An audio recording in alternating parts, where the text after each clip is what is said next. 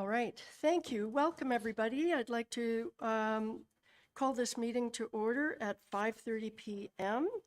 And I can confirm we have full quorum as Councillor Cloutier will be joining us virtually.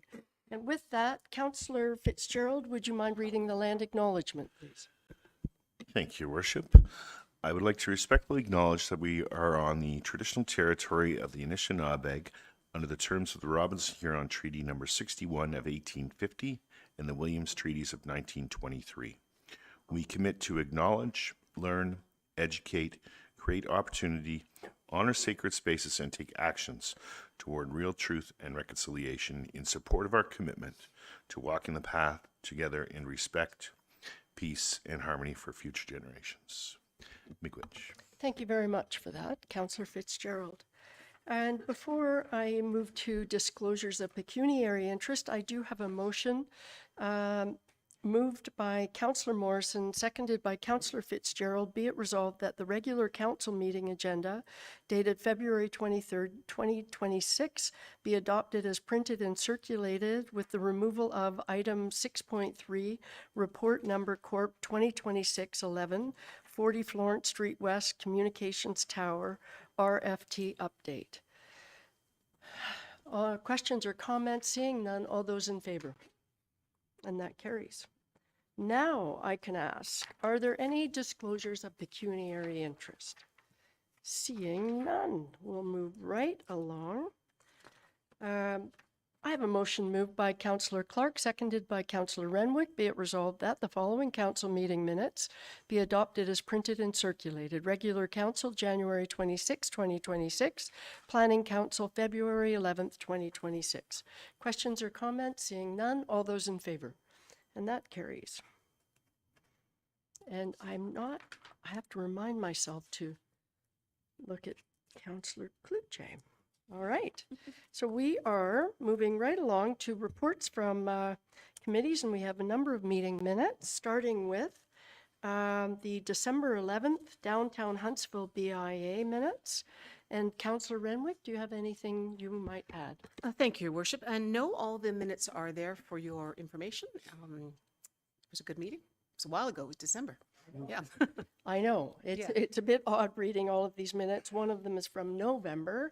I have a quick question, though. I think it was in the BIA minutes. There was reference to a number of businesses being concerned they had been approached by the Muskoka Watershed Council about salt.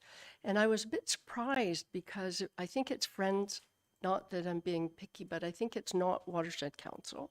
It's Friends of the Muskoka Watershed. They were the ones who did the salt presentation. That is correct. So and I was a bit surprised that they were already approaching, but maybe... I think they did, if I may, they did approach businesses in the downtown core. Okay. And there was some concern about the amount of salt that was being used. Right. But it also, the businesses were concerned about the liability, the safety. So, all right. But I'll make that correction. That I'll might bring that to be the board. useful just because they are two distinct Absolutely. organizations. Yes. Thank you for reading the minutes. I wonder if... Anyway, I'll take this offline. I know. I do read them. I know you do. And Thank you. there you go. All right. I don't see any other questions around that. Thank you for that, Councillor Renwick. So we will move right along to 5.1.2, Huntsville Lake of Bays Chamber of Commerce. We do have minutes from November 21st. Councillor Clark, anything to add to that? Thanks, Mayor Alcock. No, nothing to add. Thanks. Okay. Any questions around those minutes? Okay. I don't see any. We're moving to 5.3, 1.3, Huntsville Municipal Accommodation Tax Association, HMATA. We have minutes from January 20th, positively recent. Councillor Morrison, anything to add? Nothing new, just strategic planning. We're in the depths of that. And a new finance committee. That's about it. Okay, and I'm not seeing a wave of hands going up to ask you questions. So there you go. All right. Then we're going to move right along to reports for adoption. And starting, I have a motion moved by Councillor Morrison, seconded by Councillor Stone. Be it resolved that the General Committee meeting minutes dated January 28th, 2026, and the recommendations contained therein be adopted as printed and circulated. Any questions or comments? Seeing none, all those in favor? That carries. Councillor Cloutier is voting in favor as well. There we go. I have another motion. Moved by Councillor Schumacher, seconded by Deputy Mayor Armour. Be it resolved that the Accessibility Advisory Committee meeting minutes dated January 27th, 2026, and the recommendations contained therein be adopted as printed and circulated. Councillor Schumacher, anything to add to that?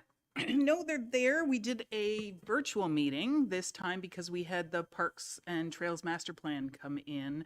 And so we did a wholesome discussion around the accessibility needs with regards to parks and trails. So that was kind of great to sort of have that. So we had the ability to have our meeting live streamed because of doing it that way.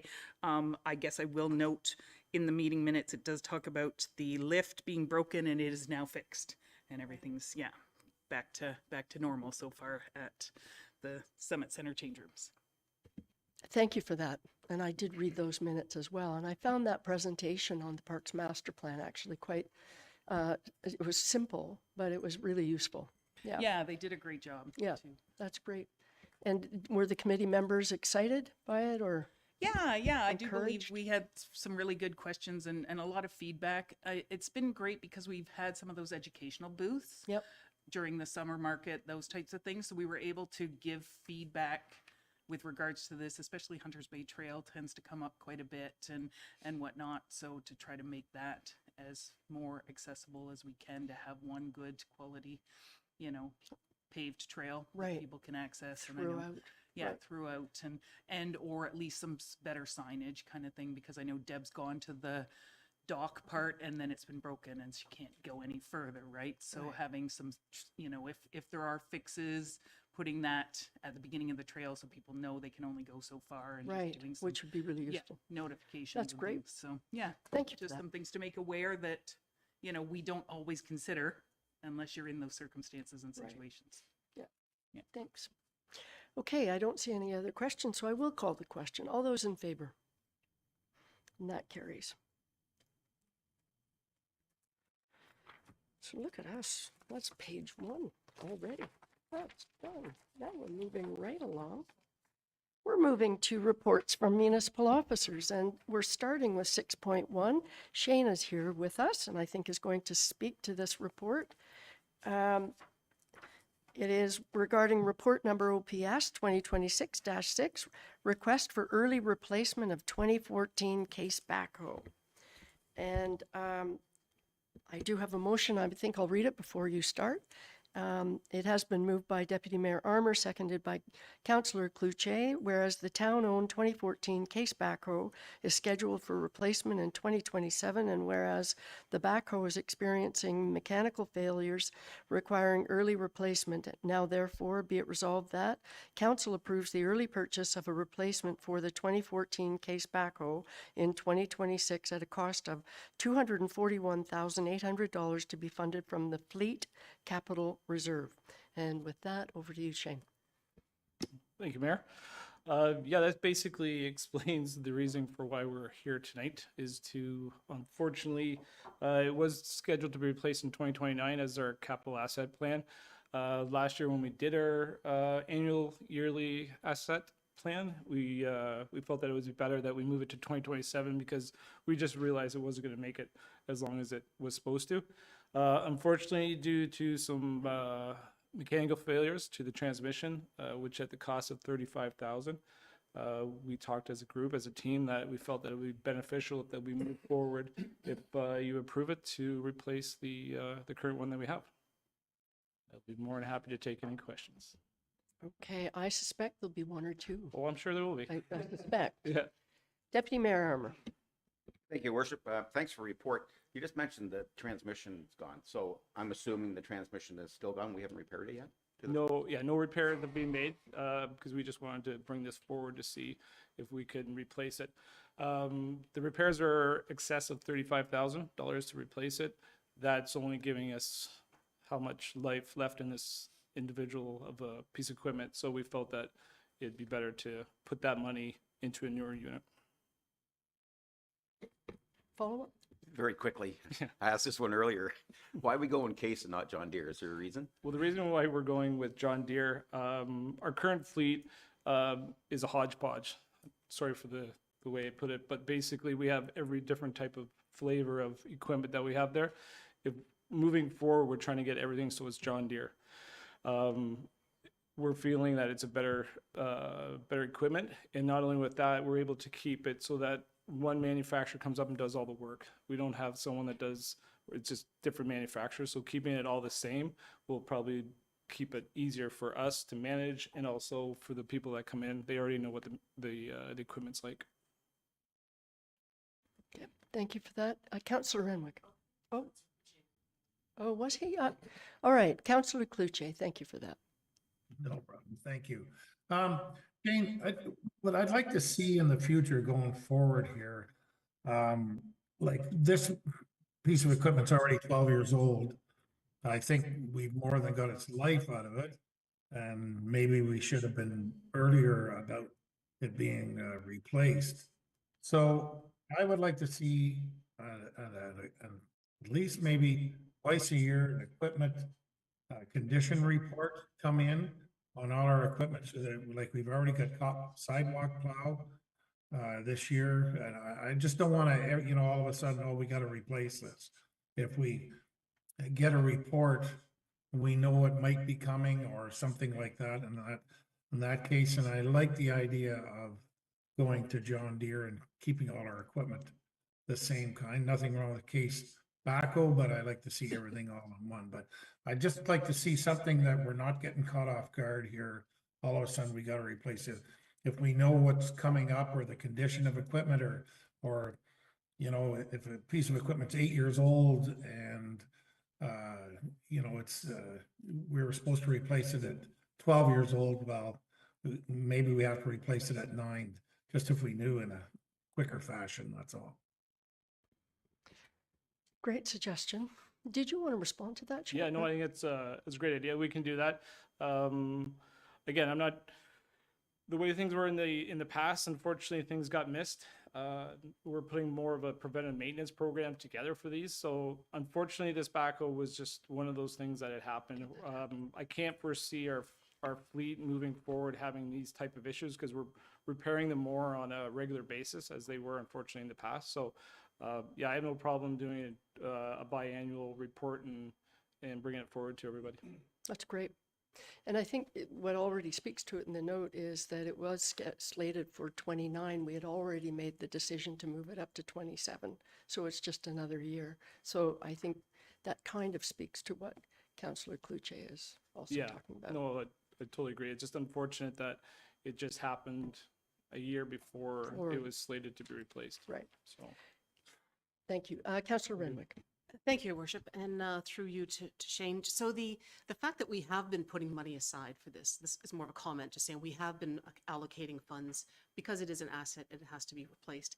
It is unfortunate that it happened when it did, because we really didn't plan for it for this year. I guess I have two questions, but my first question is, how many backhoes do we have on the fleet? Like how many? So we currently have one backhoe, Yeah. and we have 2 loaders. Both pieces of equipment do totally different, what's the word I'm looking for? Tasks. Right. So basically, yeah, we have 2 loaders. They work in town for different things, load the trucks full of sand. But the backhoe is a totally different piece of equipment that the crews need, and it's a necessity for the town. So we only have one backhoe. We only have one. Yep. Okay, and in order for us, we couldn't lease or rent. You're saying renting would be at least $3,500 a month. I think that was in the report. Yes. So sorry. Go ahead.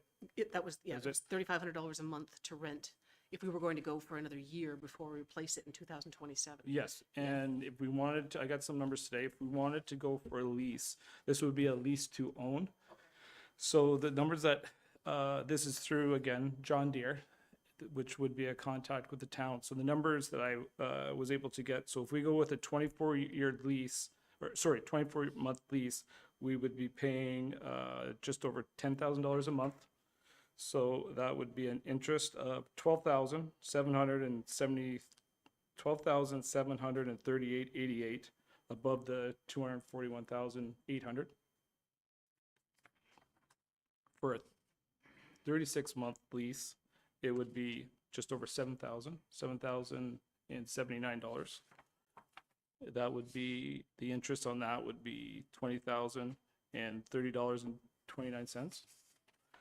And then for a 48-month lease, the interest on that would be 26,287, and the payments would be 5,587.22 for the lease. Thank you. I think that basically, Councillor Morrison. Quick question, as a follow-up to Councillor Renwick's question, that the terms that lease to own, how much of the principal actually goes towards the purchase price? Is it, if it's 10,000 a month, 240 grand, is a portion of that going towards the purchase price? I would have to put that over to finance. That's probably a finance. Director McKenzie? Sorry, I'll be honest, I couldn't hear what you said, Councillor Morrison. I need to enunciate and speak louder. I was trying. I was really trying to get what you said, but I couldn't hear No it. problem. Yeah, just wondering with a lease to own, is it typically like a lease to own for a car where just a percentage of the principal being paid goes towards the purchase, and then is there a balloon payment at the end? Just kind of wondering how that would work out. And that can be brought back to us later. But just curious on how that would play out. Sorry, I was just gonna say, I don't think that's what we're recommending though, right? Is doing a lease No, to no, own? it was just, No, but it's just a, it's a Oh, question. oh, I'm It's a sorry. question, Yeah. I'm just sorry, saying the how air to, is blowing back here and Yeah. it's a little bit hard to hear. Yeah, I think if you did a lease to own, it would include interest payments as well. I'm not sure the exact setup of it, but we generally don't do lease to owns because there is an interest there's an component in there. additional cost. Yeah, and Yep. we have the cash flow that we don't need to finance. Yeah, and I would trust our fleet guy to have looked at all those options, to make the best decision. And I think we're in good shape because you brought things forward to us after doing a lot of research into it. So I'm not questioning that at all. I guess the one question I have is, in your report, it says that it gets used daily. So two questions on that. One, what are we doing now not having a backhoe, and how is it affecting operations? And secondly, how quickly can we get the new one? yeah, to answer your questions, currently we're not doing anything because we're waiting to see what the outcome of this is going to be. So we're at the holding stage for it. And sorry, your second question was, sorry. How long would it take you to get the new equipment? Oh, it would probably take 60 days at the most to get it. Fast. Yep. Sorry, Councillor Cluche, I do see your hand, and so, but I want to go to Brandon, had his hand up, and so I just want to give him an opportunity, and then I will go to you, okay? Thank you, Worship. I just want to comment on the question about what we currently do without the backhoe. Right now, the backhoe's a vital part of our, as we come into spring as well. We're punching holes in snowbanks and everything to open up drainage stuff. Our loader's kind of too big for some of that stuff. But right now, any work that we need to do, we have to unfit the loader that's ready for snow removal and winter parking lot maintenance and get it fixed for what we actually needed to do. So it's costing a lot more time, staff time, to take it apart, put on the attachments that we need to do to move forward with what we would do with a backhoe. So that's really where it's at right now. We're kind of using two loaders for multi-purposes when it's not just 100% efficient currently. Yep. Okay, thank you for that. And Councillor Cluche, Thank you. Shane, I was just wondering, what this new piece of equipment, what the service program is it? Are we purchasing a service program that they come up and do all the service work on it? Or are we just buying the equipment and we're doing the servicing and then they're doing the warranty work? Good question. So with all the new equipment that we're getting, there will be a agreement where they will come up and they'll look after doing all the equipment. They'll know at the 500 hour what has to be done, the 1,000. So that kind of takes the guesswork out of everything. So with all this preventive maintenance that we're putting together, is on the back end, they already know that, okay, 500 hours, they have to come up and do X, Y, and Z. It's not something we'll be well aware of it, but it just takes the guesswork out of it. It makes our life easier and it keeps the longevity of these equipment further. Okay, thank you. okay, Councillor Stone. Thank you. Just a general question. So do we always replace our heavy equipment in the timeline that we expect it's going to wear out? Because when I buy a car, I drive it till the wheels fall off. And I know that we don't want to end up stuck not having the equipment, but do we get extended life in some of our equipment? Currently, I'd say no, unfortunately. So the plow trucks we get 10 years out of, we're seeing that around the 8 or 9 year, they're starting to get used. I'm not saying that we'll take them out of service. The heavy equipment is 15 years. And as we can see with this piece of equipment, we never got the 15 years out of it. But I believe that once we start putting, I'm going to keep coming back to it over and over and over again. But once we start putting these preventive maintenances into place, I believe we're going to get the longevity of it, out of all the stuff that we have. It's going to take a year. It's going to take 3 years possibly for us to finally look back and go, okay, we're finally getting our money's worth out of it. We're playing catch up over the last 10, 15 years, maybe, unfortunately. So yeah, we will eventually get to a point where we'll be in a good spot. It's just getting to there at the moment. So unfortunately, yep. Oh, I didn't see. Okay, sorry. Were you first before? You were? Were you first? Councillor Clark.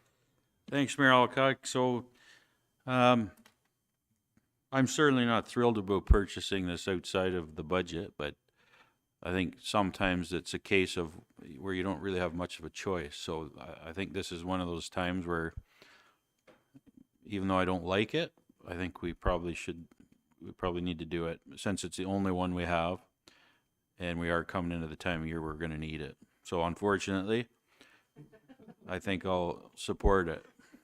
Reluctantly, though. And what time is it? I'd like to remember this. It's 5:52 on February 23rd. So, okay, that's fine. Councillor Schumacher. I just wanted to hear that before I answer. So mine's kind of a follow-up to Councillor Stone's. Yeah, we had anticipated 15 years. We're down to 12. It was maybe hoping 13. Is this also because this piece of equipment is the only one we have, and so it's used more often than, say, we have a couple of loaders, the length of, say, the loaders go longer because you're, is it because we only have one piece of equipment that we're finding its length is also just not being there for the length of time that we need? And I know you're saying the maintenance piece will hopefully help this, but I just didn't know if it's also because we only have one piece of equipment and it's doing all the work that it needs to do. No, I don't think the town needs two of them. I think if there's a time where we need two of them, we can rent one. But for the time being, the one that we have does a great job. It's just, again, it's unfortunate that this one just didn't quite make its lifespan as expected. So, yeah. Thank you for that. And now I'm going to Councillor Fitzgerald, which means everybody on council has engaged on this issue. Mr. Taylor, must be your note. Okay. Thank you, Worship. Thanks, Shane, for bringing this forward to us. I don't see any cost associated with maintenance or certain agreements with the manufacturer or seller for scheduled maintenance. So, and I don't see a consultation with finance here. At $3,500 a month, I know it sounds like a high amount, but when we add in all the other costs, what's the differential really? When you speak to the $3,500 a month, you're meaning the rental? Rent it Yes. for 10 months and then buy it? No, just rental. Like, what are the associated maintenance costs to maintain the equipment over a year or 5 years? Well, you have all your filters, obviously. There's going to be a point where you're going to have to replace all the cutting edges on the buckets. You'll have to change tires, oil spray, although there's just all of the preventive maintenance parts that come into it. Does that answer your... Yeah, I guess. I wonder when there's a breakdown where it is maybe better to rent it than own it. You know, I know a lot of corporations are going that way because they don't have the maintenance factor. So do we have enough of the numbers here to compare the rental rate with the overall cost of us owning the machine? I appreciate your question. So I'm going to ask Director McKenzie, only because you made the statement earlier, we don't do that. We traditionally don't do this. And I'm assuming because the costs These are additional costs, even if you do factor in maintenance or whatever, you know, what Councillor Fitzgerald is referring to. So maybe you could speak to that. So I don't believe that we've done a full analysis on renting it for, say, 10 months, incorporating all the repairs and maintenance. So if you did want us to do that, we would have to bring that back. I think that there, if I may, there is a bit of sensitivity around time on this, that our current backhoe is, I have to remember what it is not able to be used, and so therefore we need it's fairly urgent as far as I see. Is there appetite around the table to have more information and bring this back? I don't think that's what I'm hearing, but is that what you're asking, Councillor Fitzgerald? I don't think it's. Sorry with the microphone. I don't think we've had a fair cost analysis here, a full cost analysis from finance of how it actually plays out, rental or lease versus all the maintenance costs. And it's a substantial amount of equipment, and moving forward, should it be done on all equipment? I will at some point refer to Mr. Taylor to provide a comment on that, but I see Councillor Morrison's hand is up. Yeah, I'd like to hear Mr. Taylor's comment to that too, because you said it was $3,500 a month if we want to rent it. If we want to rent, yes, if we wanted to rent one until 2027, it would cost us $3,500 a month. I don't believe that any maintenance above that would be out of pocket. That's just to get just to have that piece of equipment sitting in our yard and be able to use it. Anything above that, if a tire went, we'd be paying for the tire. We would have to do the oil changes. If there's a cutting edge, I'm fairly certain that, well, then we will have to be replacing those types of incidentals. Okay, so Okay, that pretty much that extra answers it. information That confirms answers it. it. That's the, But yeah, yeah, right, Yep. okay. We're just renting the unit to have it sitting in our yard so that we're able to use it for, But we're still responsible for the maintenance. yes. Yeah, Thanks, okay, Shane. that should answer it then. Councillor Morrison, would you? Okay, but Councilor Fitzgerald did tweak my interest, and I want to put this to bed. So, $3,500 a month. Of course, I did quick math. 12 months, 12 years. It's about 500,000, I guess, 504,000 ish. If there's no maintenance included, that changes things. But I wonder, is there a situation with the lease to own where maintenance is included? Because the other thing to consider is if we lease and don't own, we don't have to put any money into the capital asset management plan for the equipment, which does have an impact on the levy and on the taxpayer. So I don't want to go home wondering about it. So if we can put it to bed and say it's a horrible idea, that'd be great. Yep. But I want to know for sure it's a horrible idea. So, CAO Corey's been sitting here offering her hand for a while, so I am now going to go to CAO Corey. Thank you, Worship. So if there is a desire from council to have staff look into the leasing option, then we could rent the equipment for 1 month. It's my understanding that wouldn't be the end of the world for us to do that. And then Mr. Taylor can come back with some examples on what leasing would look like.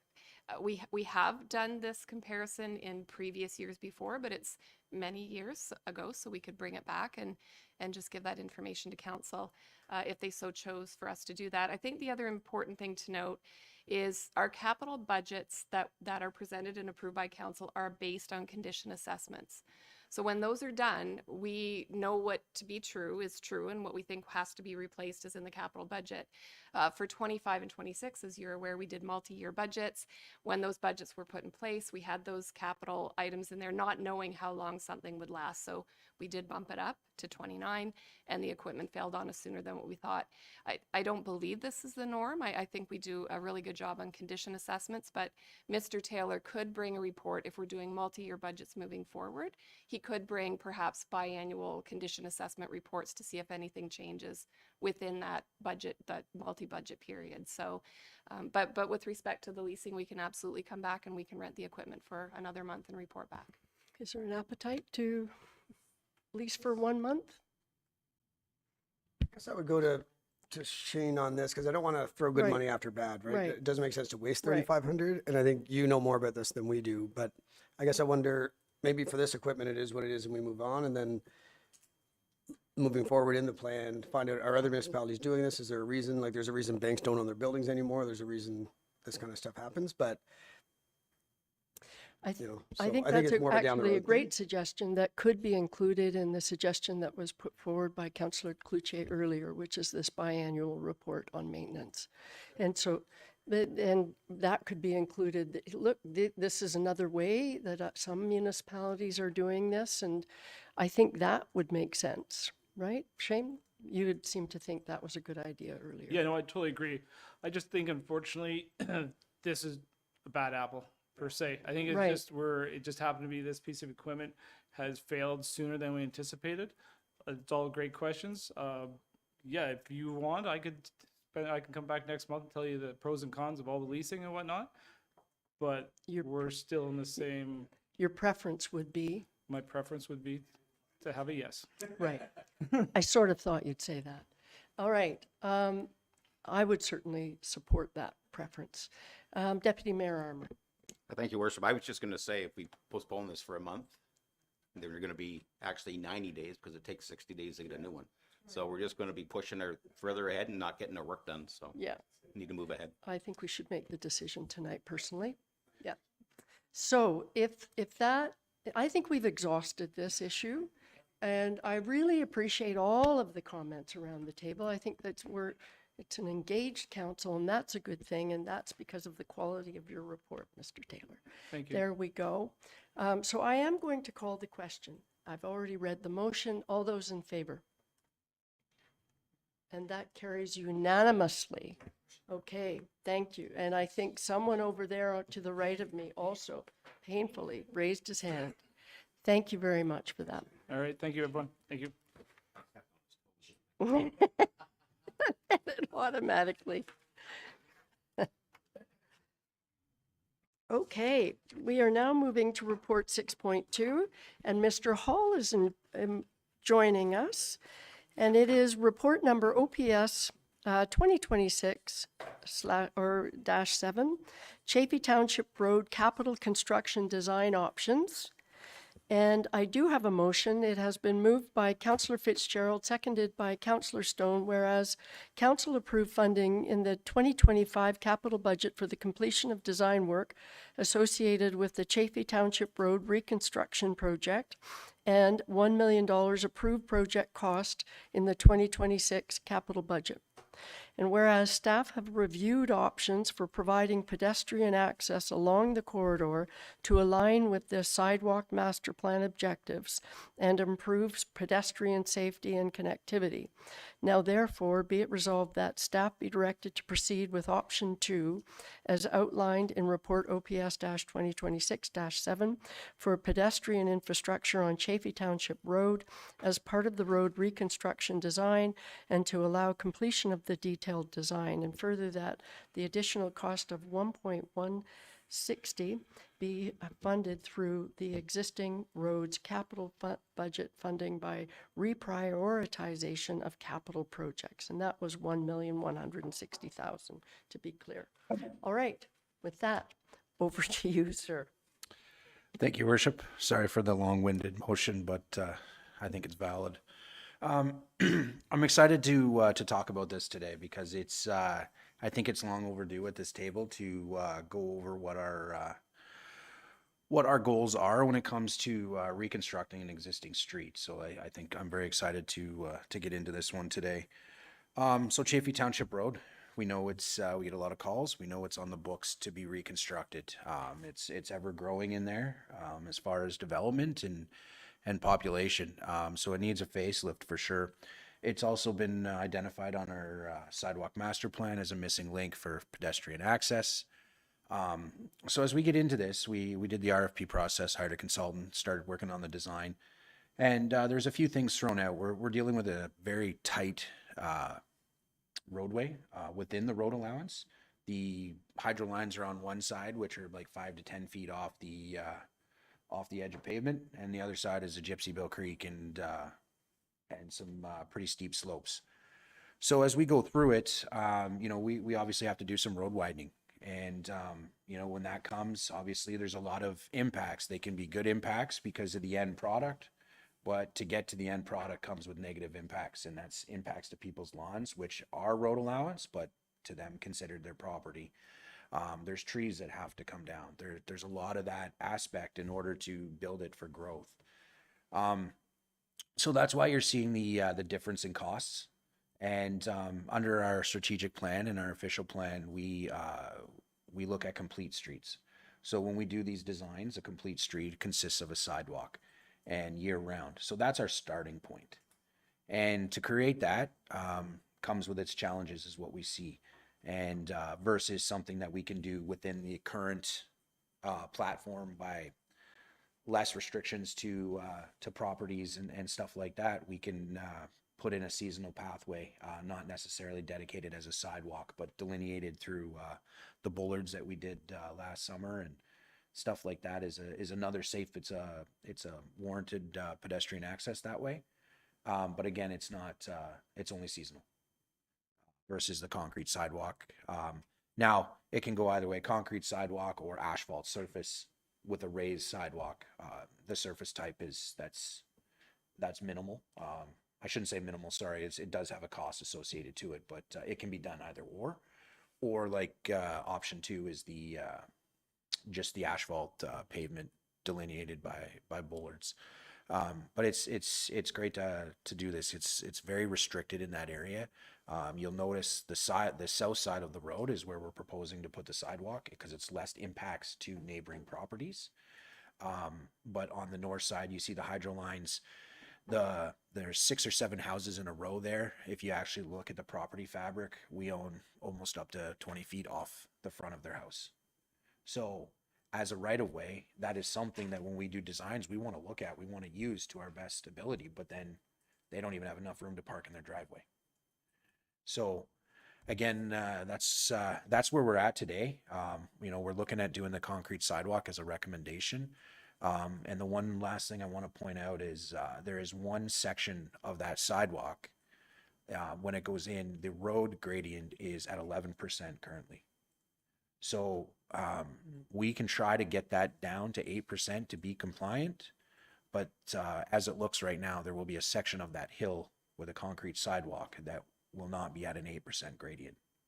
So it may need to be signed. It may require a little bit of extra maintenance for sidewalks. That's the lay of the land. These are the challenges that we come up with existing infrastructure, existing roads, and trying to retrofit them. That's why I'm happy it's here today, because before we were making those decisions, and they're tough, and so I'm happy for this discussion today to see not also to provide direction, but what we can do to make it best. I mean, it's complete streets are complete streets. If that can't happen, then we have to really think outside the box and what can we create that's going to serve its best purpose for its intended use. So, thank you. Thank you for that. I certainly have a couple of comments, but and I appreciate this coming forward at this time. You're absolutely right. This has been on the books for a long time. We have, ever since 2014, we've talked about the needs on Chaffee. And we've had increased development, as you pointed out in your report, every year. So the need is great. So with that, I will ask council. I know there will be lots of input here. I see your hand, Councillor Cloutier. I'm going to you next after Councillor Stone. Thanks very much. As noted, it is growing in that area. And there's lots of kids that go to the school, and walk to the school. And if we simply make a wide shoulder that they can only use half the year, I don't want kids continuing to have to walk on the road. So I definitely want to see a separated sidewalk. My question to you is, if we used an asphalt sidewalk, is that cheaper? I know it's better for accessibility purposes. Is it cheaper to install and easier to maintain if it's just an asphalt sidewalk that's separated from the road? Through you, Chair. Great question. Yes, asphalt is cheaper than concrete at this time. Asphalt can be done in-house. The initial installation would obviously be a contracted service, but as far as maintenance, we can do that in-house. And again, it is cheaper. So again, the surface type, is not the huge deal as far as what we spec in it. So yeah, we can save some money with just by doing asphalt. Should that be the wish of council in the design? So just as a follow-up then, and if we are going to move forward on this motion, then I would like to propose an amendment to change it to asphalt, not concrete. Thank you for that. And I suspect there might be some support. So just to clarify, this is basically saying the sidewalk option, but instead of the cement, we'd be using asphalt. So it would be year-round, what we're proposing. Correct. Through your worship, that's correct. So I Yeah. mean, instead of you're still going to have your concrete barrier curb, and on the back side of the curb used to be concrete. So Right. it'll be framed in, it'll be supported, and it'll Right. be the surface will be asphalt. And it's We- definitely cheaper. We have done that in some areas. Yep. On the back over rollover curbs because it was parking. This one will have a barrier curb strictly for that pedestrian safety and separation. So yeah, we can very well do that for sure. Okay, great. Thank you. Councillor Renwick. Oh, sorry. No, it was Councillor Cluche. I made a commitment to him. I know. So Councillor Cluche. Thank you, through you.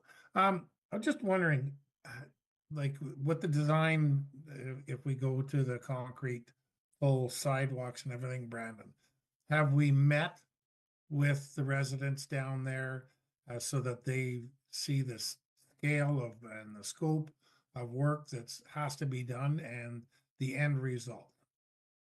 Like, I would really like to have that first before all this happens. To your worship, no, we have not had a public open house for. It hasn't really been our standard practice, to have an open house on just retrofitting an existing road that we currently have. Should you wish us to do that, we could definitely do that.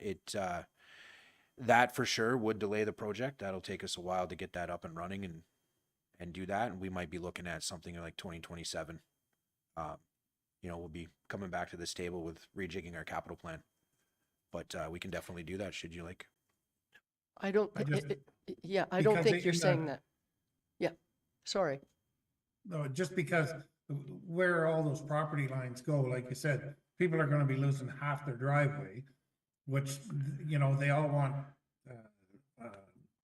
their sidewalks, but they don't realize that getting that sidewalk, they're gonna lose half their driveway. And not knowing exactly where the property lines are. I mean, we've seen the schematics, the way that road is back and forth down through there. I don't know, I think it just might save a lot of headaches going forward.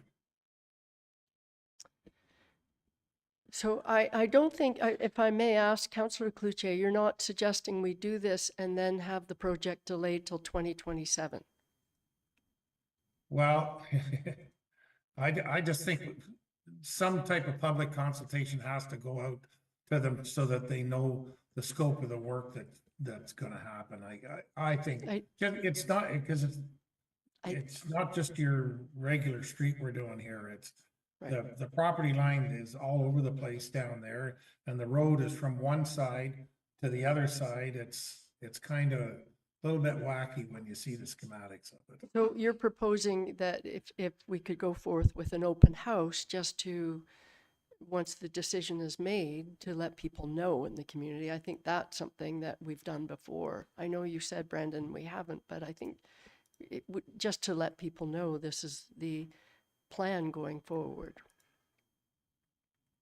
Correct. Okay, all right. So I'm going to Councillor Renwick. Thank you, Your Worship. And I just want to clarify, Brandon, if you could for me, the asphalt path that we're proposing, that the amendment that Councillor Stone made. So we do have a division between the road and the path. But in your report, you said that the winter maintenance on asphalt is not possible. We wouldn't use the snow plow or the sidewalk plow on an asphalt path. Is that correct? To your worship, so the asphalt pathway, what we're talking about is it's level with the road. So we're just over paving by 1.5 meters with a rumble strip for the pathway. So that's what we can separate with bollards and consider a pathway. It's not a sidewalk with a barrier separation. So what we're really talking about is you've got your barrier curb, and then it was concrete on the backside for the sidewalk. Instead of it concrete on the backside, we'll make it asphalt. But if I may, so will that be clear in the wintertime? Yes. Yes, it will, because Yes. it's a barrier separation and it's its own entity as a sidewalk. Right. Okay. So It's the same proposal as a sidewalk, just a different material. Right, so, but there's no winter maintenance proposed in the asphalt path in this scenario, but we'll just add $10,000 onto it, correct? that's correct. Through your worship, the pathway that we're doing it's just part of the road platform that's currently there. We'd have to widen it a little bit to have it, but it's just a separated spot where they can actually walk.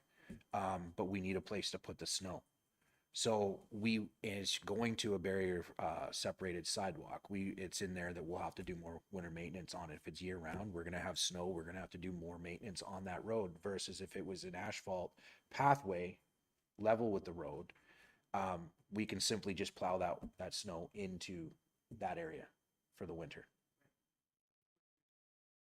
Not if we're doing the Not if we're actual doing the other. sidewalk.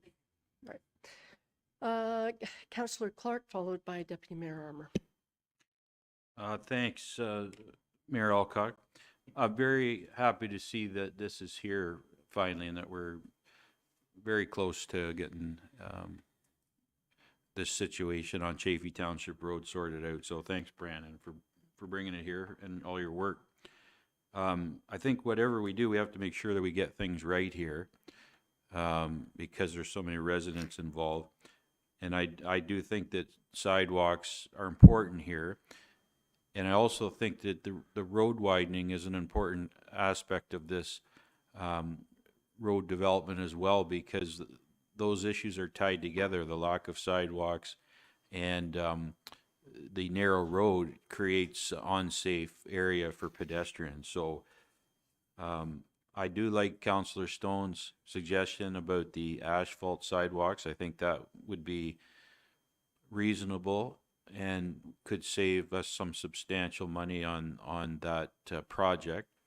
I hear what Councillor Cluche is saying about the public consultation and open house, and I'm just really concerned that anything that we do, I don't want anything that would delay this project, is what I'm trying to say. It's been so long to get it to this point now that I don't want it to be delayed another year. So I'd really like to see us continue on the track to get this project done. But I do think at the same time, we definitely need to let residents know what the plan is, so that they're aware of what is happening. And I think we should be able to manage that. Thank you for that, and wait for it. I concur with everything Councillor Clark just said, just saying. I think you're absolutely right. It is a very important project that we have been talking about for a long time. I was really excited to see it in the report in our agenda tonight. And I like Councillor Stone's proposed amendment because it does bring the cost down. But I think it absolutely has to be year-round, or else we're not dealing with the issues that we have. I think I'm going, unless, yes, Deputy Mayor Armour had his hand up, but I can go to CAO Corey first, just because. CAO Corey and then Deputy Mayor Armour. Sorry, thank you, Your Worship, and I apologize, Your Deputy Worship. Just for clarification, so the report only deals with two options, the asphalt paved shoulder and then a concrete sidewalk. So if you're proposing to put asphalt in the permanent sidewalk, and if asphalt only has a lifespan of 15 years, do you need time to go back and determine the actual costing for council's consideration? Or are you comfortable in saying that it is actually the cheaper option, regardless of the lifespan of the product? Brandon? To your worship, I'm comfortable saying it's a cheaper solution. From my experience in dealing with that, it's we're okay with that. Thank you for that, and thank you for the clarification. Deputy Mayor Armour. Thank you, Worship. I have a couple questions. First one is for Director McKenzie. I see it's 500,000 from DCs. Is that a max we can put it from the DCs to cover this project? That was the amount that was identified in the study when we brought it forward, was the 500,000. So follow up, because I think I know where you're going, which I'm also happy you're going there too. Deputy Mayor Armour, follow up? Well, I know we put that in the study. I'm just saying that all those houses built back there paid DCs many, many years ago for sidewalks and roads. So this is new build. So I kind of think we should be able to use more DCs than $500,000 to cover the cost. I concur. Director Mackenzie.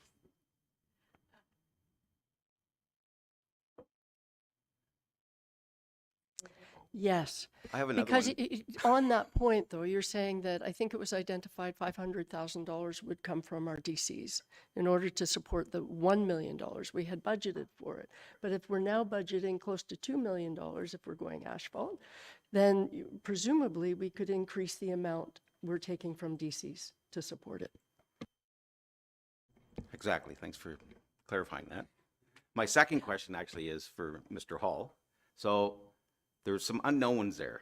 The creek, expropriation of land possibly. So can you speak a little bit to that, what your thought is on that process? Absolutely, through your worship. Thanks for bringing that up, Deputy Mayor. I do have some pictures. I'm just wondering if our clerk, your deputy clerk here, could just pop a couple of them up, and I'll speak to them in regards to your questions there.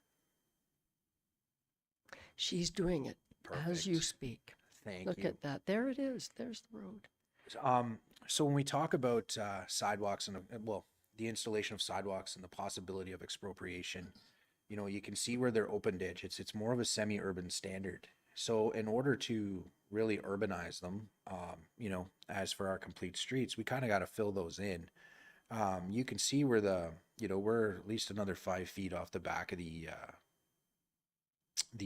ditches, right? So, and not necessarily are these existing roads built in the middle of the road allowance. Back then, they were just built and created, so they could be off to one side or the other. And those are the challenges that we see once we do the original survey. So on this side, looking at the picture, the sidewalk is proposed to go on the left, because if we did go on the right, we would be taking a lot of that land. So we're trying to weigh out the pros and cons of where we can best fit this. And those are the desktop exercises. We slap them on the drawings and try to figure that out. But if we can go to the next picture, this is going down to where Gypsy Bill Creek is. So you can see where the fire hydrant is. The property line's another 5 feet on the back side of that. And that's the side that we're going to put the sidewalk on. So when we have impacts to properties, road allowance, which looks like impacts to properties, we would have like mini retaining walls that have to go along there, because we'd have to cut that out and put the sidewalk in. The road platform is only 6 meters, and we have to get to 8.5 plus 1.2 or 1.5 meters on the side of that to get the sidewalk. So when we talk about complete streets and bringing this up to town standard, sometimes you're not going to achieve that 8.5. Can we go to 7 meters? Can we get to 7.5 plus a sidewalk?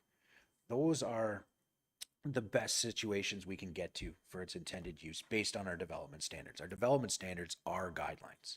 However, it's in our official plan and strategic plan that we have complete streets. So it's a challenge. And if we go to the third picture, this is looking down, and on your right-hand side is Gypsy Bill Creek. So this is where the thought of expropriation might have to come into play, was because as we widen that road, the toe of slope down 30, 40 feet encroaches out into that creek. Therefore, costs will go up, because we're going to do our best not to have to expropriate. What we're going to have to do is put in retaining walls to hold that soil back. So our toe of slope is up a lot higher. We're not encroaching out into those creeks. So that's going to be our intended use, is to put those in, so we're not doing any expropriation. And also just to point out, this hill that's right here is the one that's at 11%. So going down there would be 11% on a sidewalk. You'll see on the left-hand side is it's a vertical bank, and that's where the hydro lines are. So any work around there it's a no-no unless we relocate them. So again, tight situation, understand the full need. And that's why we're here today, because this is it's a challenge, and as a group, I think we'll put something forward that's going to be the best that we can do. I'll go to you one sec, Councillor Clark. So I did hear you say, though, Brandon, that You know, ideally it was 8.5 meters, I think, but you will consider 7 meters where you can, right? I think, if you have to. Through your worship. So yeah, what we do is we always start at our road standard. Right. So this is declared in the urban area, but what you currently had back in the day was a rural road standard, and then it slowly got to semi-urban with, you know, five houses in a row. And normally when you go to urban, you've got open ditches and the topography is draining the way that it should. But if you go full urban, you have curbs on both sides, and what you've done is now you've contained the water in the road runoff. So now what do you have to add? You got to add storm sewers, you got to add catch basins, you got to add all of this stuff, just trying to make it a complete street. So one of the things that we have to do with the sidewalk is, because the curb will be on the downslope of the road, we actually have to put in a couple catch basins and storm outlets to make the road drain. Because right now it currently just sheet flows off and goes down into Gypsyville Creek. Well, we would now actually be containing that.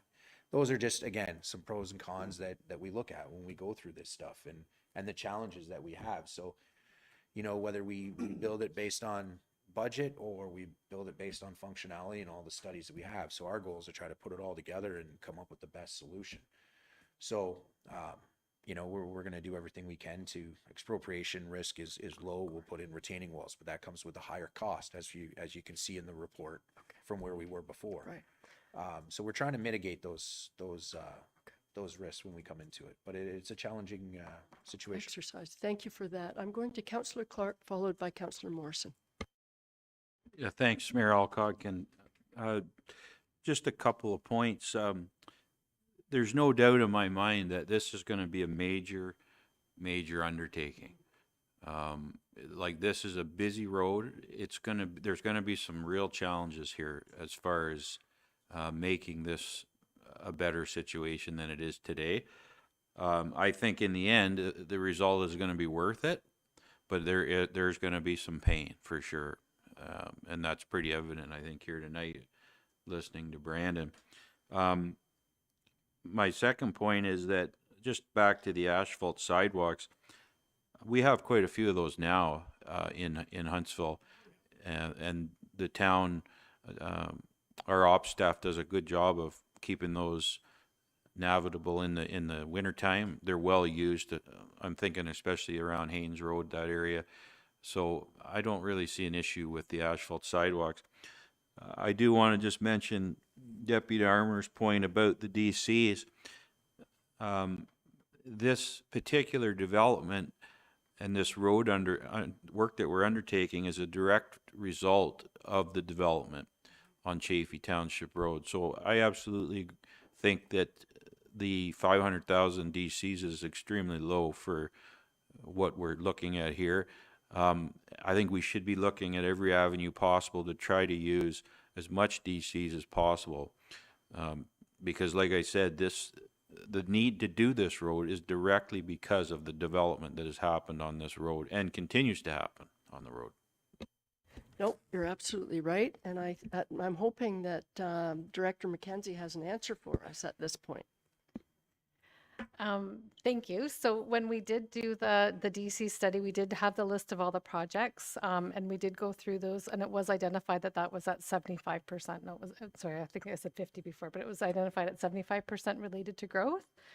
Then on top of that, as you'll remember, that we only implemented, we didn't implement the full DC. We implemented a portion of it.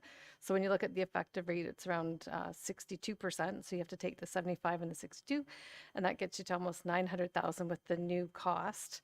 The reason we left it at the 500,000 is because when we look at our forecasted balance in our DC funding, we will end up in a negative, but just alone with the 500,000. So we can increase it, but we don't have money sitting there to be used.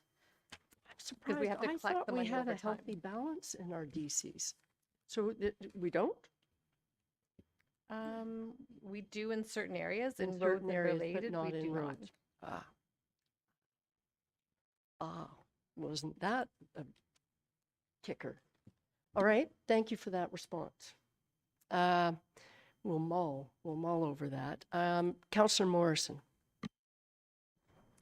Well, I think I know what the answer will be because Director McKenzie will tell us, but I wonder how hard it is to reallocate from one reserve to a different reserve based on changing needs, to make sure that we don't deplete that one too much. But Brandon, I love you bringing up the flexibility idea that you can't always do everything on the roads. So I wonder, with our plans stating that we want complete roads, would you suggest that we do a bit of a review or revise the plan to have a certain set of standards for brand new built roads when it's easier to put in this infrastructure and a different set of plans for retrofitting an old road?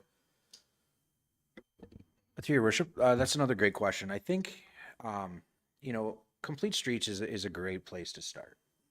Our development standards are for new developments, roads to be taken over by the municipality, and they are built to that standard. So at 8.5, now who's to say in 15 years from now it goes to 10 meters because it's just due to growth.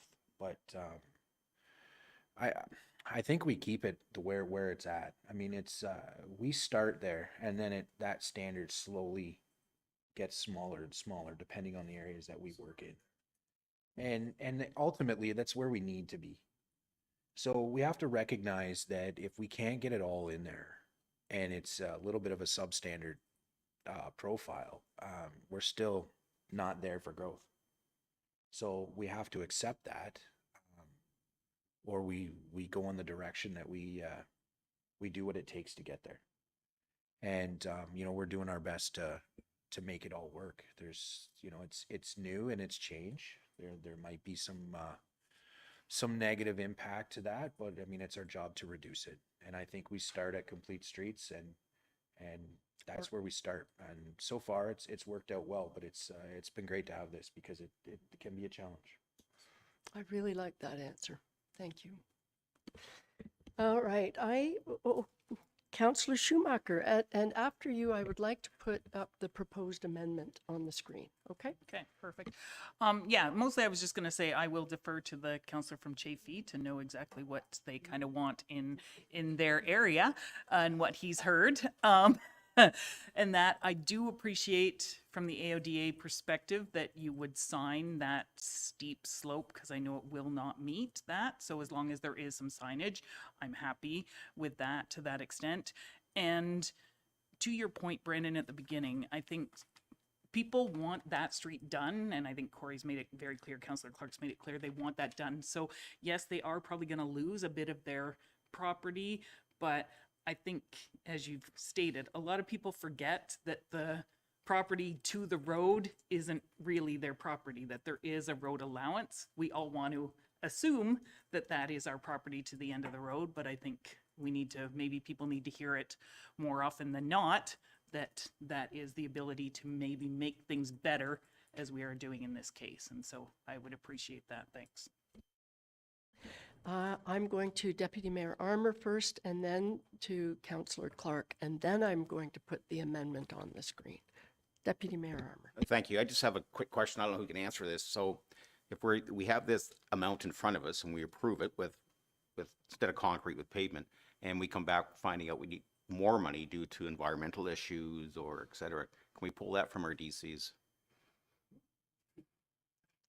From a different DC account, Different DC account. Perhaps. Look at Director McKenzie. She's ready. I would just caution that all the DC balances are well spoken for throughout the whole plan over the next 10 years. So if you're taking one from another one, it may just create a problem in another area. I'm with you, Deputy Mayor Armour. I think but I appreciate your response. Yeah, Would you like to follow just my up? concern is depleting that whole capital for the roads. I know. And not doing any I of the know. roads next year and falling behind on those. Yeah. So that's my So it's issue. a bit of the same thing, different pots of money. Yeah, I know. I hear you. Councillor Clark. Yeah, thanks, Mayor Alcock. Just a comment about Deputy Armour. I mean, sometimes I think, we think too far ahead. 10 years is a long ways away. I mean, we need to look at the problem that's before us, which is Chafee Township Road today, right? So that's my thought on DCs. But anyways, my last question is for Brandon. This will be a question that everybody's going to want to know. Is there a timeline on when the road work would start? A rough idea? Is there any idea for timelines? Through your worship, now. It is in our 2026 capital budget. We had it in our 2025 capital budget to complete the design. So this is time is of the essence, and you know, by now we should have our tender out ready to go, but we are still committed to do it this year. However, we in talking to the consultant, there's 3 weeks lag time, depending on the result of this meeting, to get that final design out, final cost estimate for us, and then we can move forward. So we still believe that we can get it done, and we're still going to aim for that. Should something come up that I can't, we just don't want to get into winter construction. So, you know, if anything, it will start and may overrun to next year, but our goal is to complete it this year. I think it's great. I think the sooner the better. Deputy Mayor, Thank you, Worship. I just wanted to put out there, so if there's any half-load issues with it, let us know ahead of time and we can forego those so we get this construction started earlier. Through your worship, yeah, we're exempt from that, so we can move it along kind of pretty figured, quick. but great comment. Okay, I think, are we ready? All right, perfect. Our deputy, yes, you may. Our deputy clerk would like to point something out. Oh, here we go. Since we can't leave the dollar amount just blank and we don't have the dollar amount currently, I added up to. Good job. And that's why you are in the position that you are. So I read the previous motion. This amendment makes one change, and it's within the now therefore be it resolved clause. So I will read that. Now therefore be it resolved that staff be directed to proceed with so we cross out an asphalt sidewalk for pedestrian infrastructure on Chaffey Township Road as part of the road reconstruction design, and to allow completion of the detailed design. And further that the additional cost of up to $1,160,000 be funded through the existing roads capital budget funding by reprioritization of capital projects. That's our amendment. And we have the same mover, and or is this? Yeah, it's been moved by Councillor Stone and seconded by Deputy Mayor Armour.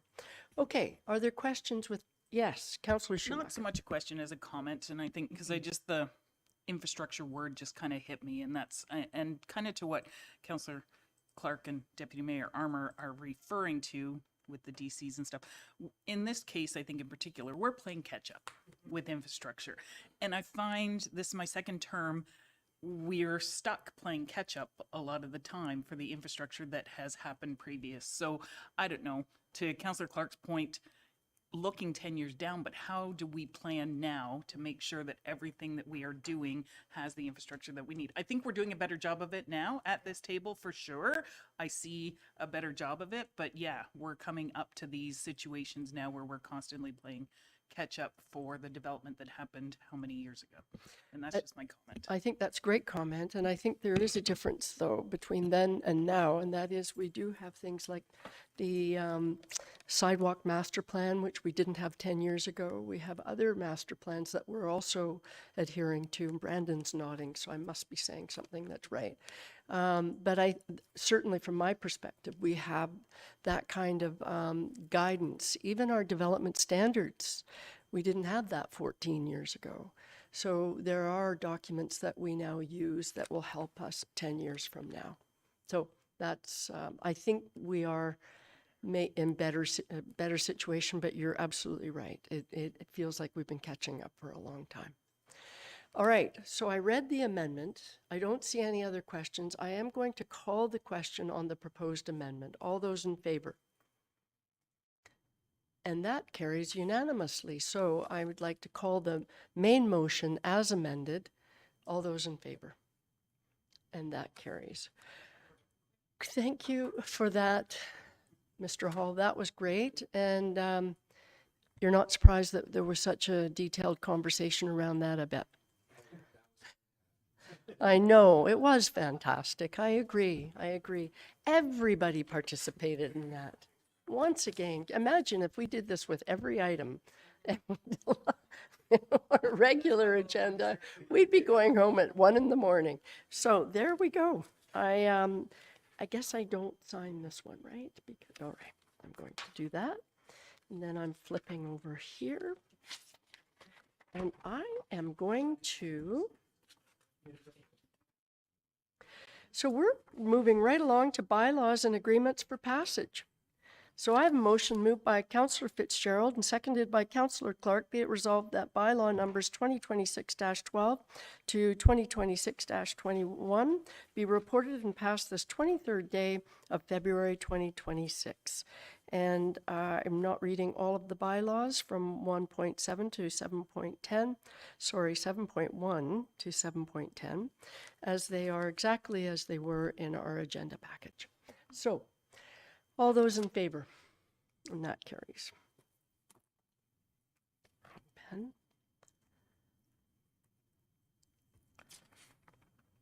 And we do have one item under new business. And I am going to read the motion that was in our agenda package. It has been moved by Councillor Morrison, seconded by Deputy Mayor Armour, whereas the town seeks to strengthen its financial sustainability and reduce reliance on tax-based revenues by leveraging external funding sources, and whereas increasing the frequency and success of grant applications can provide additional resources to support municipal infrastructure priorities and community initiatives, and whereas enhancing sponsorship opportunities can foster stronger partnerships with local businesses and organizations and provide additional resources to support the ongoing operations of town programs and services. Therefore, it is recommended that council directs staff, that was a bit of a Freudian slip, I think. Council directs staff to investigate and report back on options to 1, increase the frequency and success rate of grant applications submitted by the municipality, and 2, enhance sponsorship opportunities to support municipal programs, services, and community initiatives. And with that, I'd like to turn to Councillor Morrison, if you wouldn't mind opening the discussion on this. Sure thing, yeah. So the reason I brought this forward is because of the strains that we have on our budgets recently and the strains we have on revenue. We can't just start charging people 10 times the amount for swim lessons or things like that. Now that we are in the Northern Ontario Heritage Fund, I think we need to take as much advantage as we can of these grants. We are fortunate that our staff has secured a ton of grants in the last few years since we've been on this council. But they only have so much time in a day, and I think we need to increase our chances of getting it. I'm just going to mention, within the Northern Ontario Heritage Fund, in the last few years, there's been $16.361 million in grants handed out to Parry Sound Muskoka. Now, that's going to go up significantly now that we are in that Muskoka's in it, that most of those grants were Parry Sound. I'm going to mention a couple of things they got it for, and they'll sound familiar because these are things that we've tried to do here. And keep in mind that we have said no to stuff in the budget the last few years that we kind of knew we needed, but we couldn't afford to do it without raising taxes. So for instance, a planning coordinator in Parry Sound Muskoka, we talked about having another planning coordinator for certain specific high density developments. We didn't hire that person just yet. Fundraising and special events intern, I know that Director Babineau had brought a position like that, but we had said no to that position. A fire hall, public dock, rink upgrades, outdoor recreation center, medical center, community center roofs, waterfront development, basketball ice rink development, outdoor rink to the tune of $214,400. That's something I've been trying to push through, but we don't have the money. Asset management system implementation, marketing intern, a comms and PR intern. We turned down a comms position just this year that we couldn't afford to hire.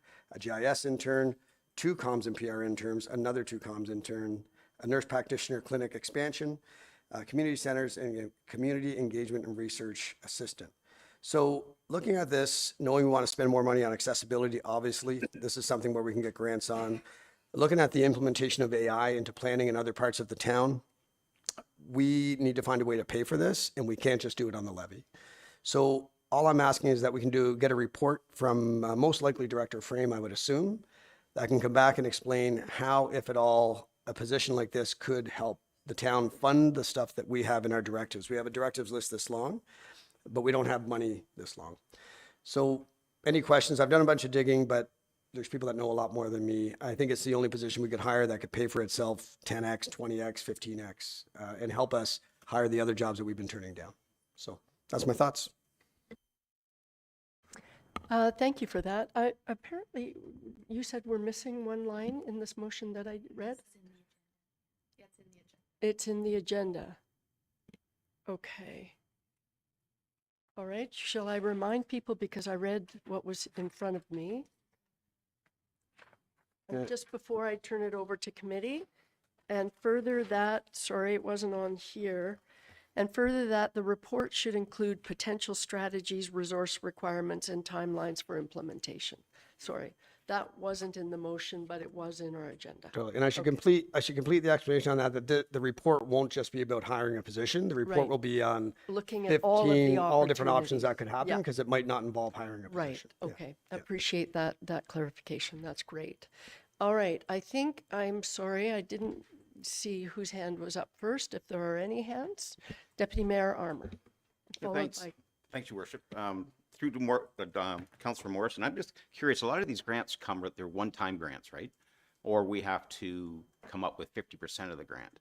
So what type of grant, we mentioned a lot of grants are that they got for positions. So are they continually being granted and paid for all the time, or eventually have they gone on a levy? Some of them are just short-term positions that are needed. Like for instance, even with implementation stuff would be short-term. And they would be one-time grants. They're not going to fund you over and over again. So it might be a stopgap, getting you to where you need to be, proving that that position is needed. Maybe it's a contract position to start. And then if you decide it's worth putting on the levy, then you would, right? And the other thing to remember is it's not just grants, it's sponsorship as well. You might remember our bus stop that we were generously donated. We're going to do sponsorship on that, but we don't have the staff to sell the sponsorship. So that's the other side of generating revenue as well. But you're right, most of those would be one-off grants, yeah. Okay, do you have a follow-up? I know there, Councillor Schumacher has a question as well. Well, Did you have a follow-up? just my follow-up is, actually, it's the staff, actually, or the CEO. How many grants do we actually apply for annually? Or is there that big a struggle? I'm just curious, because I remember being shovel-ready for a lot of grants at one time. So through your worship, so what we currently do is when we're seeking grants is we would look at our strategic plan, any of our council directives, anything that already has approval, and we would seek grants to fund those, which would then mean we don't have to take it from a reserve or it doesn't have to come out of a budget. So I don't have the exact number. I'd have to defer that to the Director of Finance. I'm not sure if she has that information, or perhaps to Director Frame, who oversees the grant processes. But we do always look when grants come up. We go right back to those documents to determine if we can seek grant funding through those sources. And would either of you like me to ask? Yes, Director McKenzie. I was just gonna say, we have it on our work plan to bring forward a report on the grants next month. So if we can wait to get that for then, we would be happy to have it, but I don't have it right in front of me at this exact moment, but we are working on it. Okay, thank you. So in essence, this proposed motion kind of fits nicely with what you're already bringing forward next month. Because the way I see it, it's a bit more than that. It's looking at a number of opportunities. Okay? Yeah, do you have a? Just more of a Fine. comment. Not that I'm against this. I think it's a great idea. Yep. I just wanted to make sure that it doesn't sound like we're not doing it now, because it sort of did. So I want to make sure the public knows we are doing Knows that grants we as much as already we do. can We already. explore as many But as we now can. being part of the Yeah, northern group, there's absolutely. more opportunity. Absolutely. Just- Councillor yeah, Morrison? and that's a great point, and that's why I tried to mention that early on. Like, thanks to our staff, we're getting a lot of grants already, applying for probably more than we get because you don't get all of them. But and that's what will come back in the report. The report might come back and say we're adequately serviced as we are, and there isn't a good chance of increasing, or hey, there's more opportunity. But yeah, our staff's killing it right now. Okay, that's great, and thank you for raising it. Councillor Schumacher. Yeah, I was just going to comment. I know I just signed a letter recently to help promote from the Accessibility Committee to go towards a Rick Hansen grant. I know we've done the grants, the one we kind of were competing at the same time for the curling club. They successfully got it. So I was just as happy to hear them get that accessibility one. We've been trying to get handles and stuff and refit the Heritage Place forever, but we keep trying, you know, as things come up. So I know we're doing that. We're doing a great job of that. And I'm not against the report coming back. I will be curious to see what the sponsorship idea is because are we looking at bigger buildings? Because this is always going to be the Algonquin Theater. And is it like the Toyota Theater or the Toyota Algonquin Theater? Most people are not going to think of it as the sponsor. I mean, no offense to PharmaSave, but to me, it's still Eaton's. I mean, I've been here long enough that it's still Eaton's and Flotrons. I mean, I probably haven't even still learned all the streets around here. There's the side street that runs behind KFC, which KFC is no longer there either, too. But for a local person, that's just the thing, is that we've come to know these places as, you know, you go down the hill past the pink house and then turn right. Like that's how I did give directions to some extent, you know, in this, that's just the small town in me, right? So, but I'm not opposed to, like, I look at Bracebridge and the, you know, the lumber building, their new one there. I know, like we were talking, Councillor Clark was talking 10 years from now, but 10 years from now, we may need a new pool. You know, that's what and I've always wanted an indoor field house. So if we do build a new building, is that a prime opportunity for sponsorship because it becomes that new building, becomes that new sort of what people see or hear as the option, right? So I'm curious to hear what staff come back with. I just think for our community, something is just always going to be that thing. That's just my comment. I have to say, I think you highlighted exactly that kind of opportunity, what Bracebridge did with their new community center. And what you've also done is, I think it will be a lively discussion next month when this report comes back. Councillor Morrison. Yeah, and just to specifically address that, so we already have a sponsorship and naming policy, like that's already there. So it's not looking at changing any of that. And I think we would all agree the Algonquin Theater is the Algonquin Theater, and we're not going to look at changing those things. What we're looking at is if an opportunity came up with a new building, having a staff member specifically designated to go out and get that sponsorship, that's their job, they're incentivized to do it. Director Babineau shared some information with a few of us that in towns this size, this is the type of money that you would expect, and they're not perpetual, they're usually 5 and 10 year terms. But we're not, this isn't about coming back and saying which building should we name, because that's not at all the point, no. Right. All right, Councillor Clark. Thanks, Mayor Alcock. So I'm open to exploring the report, but I'm not sure that I would support a new position to implement grants or find opportunities if that's where this is going when the report comes back. I totally hear you, and my understanding of the motion is that we're working on a number of solutions, a number of opportunities. And so that might be in there, and that will be part of the discussion when it comes back. So, okay, so I think we've exhausted this one. I have read the motion. I have to remind myself I have. So I am going to call the question. All those in favor? I can't believe it. And it's unanimous once again. That's great. Thank you very much. Okay. So we are now at general information, starting with the district update. And the first one apparently is district council.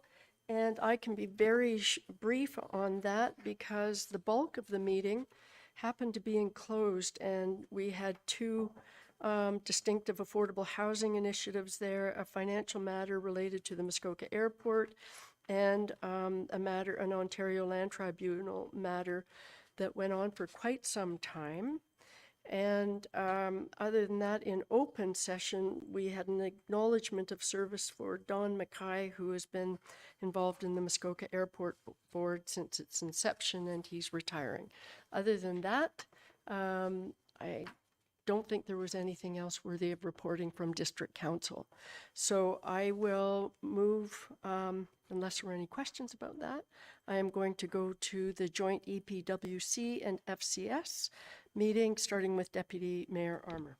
Thank you, Worship. It was a Zoom meeting. I don't know if everybody's aware, but they've had issues at down at District Council chambers, so we're doing a lot of stuff on Zoom.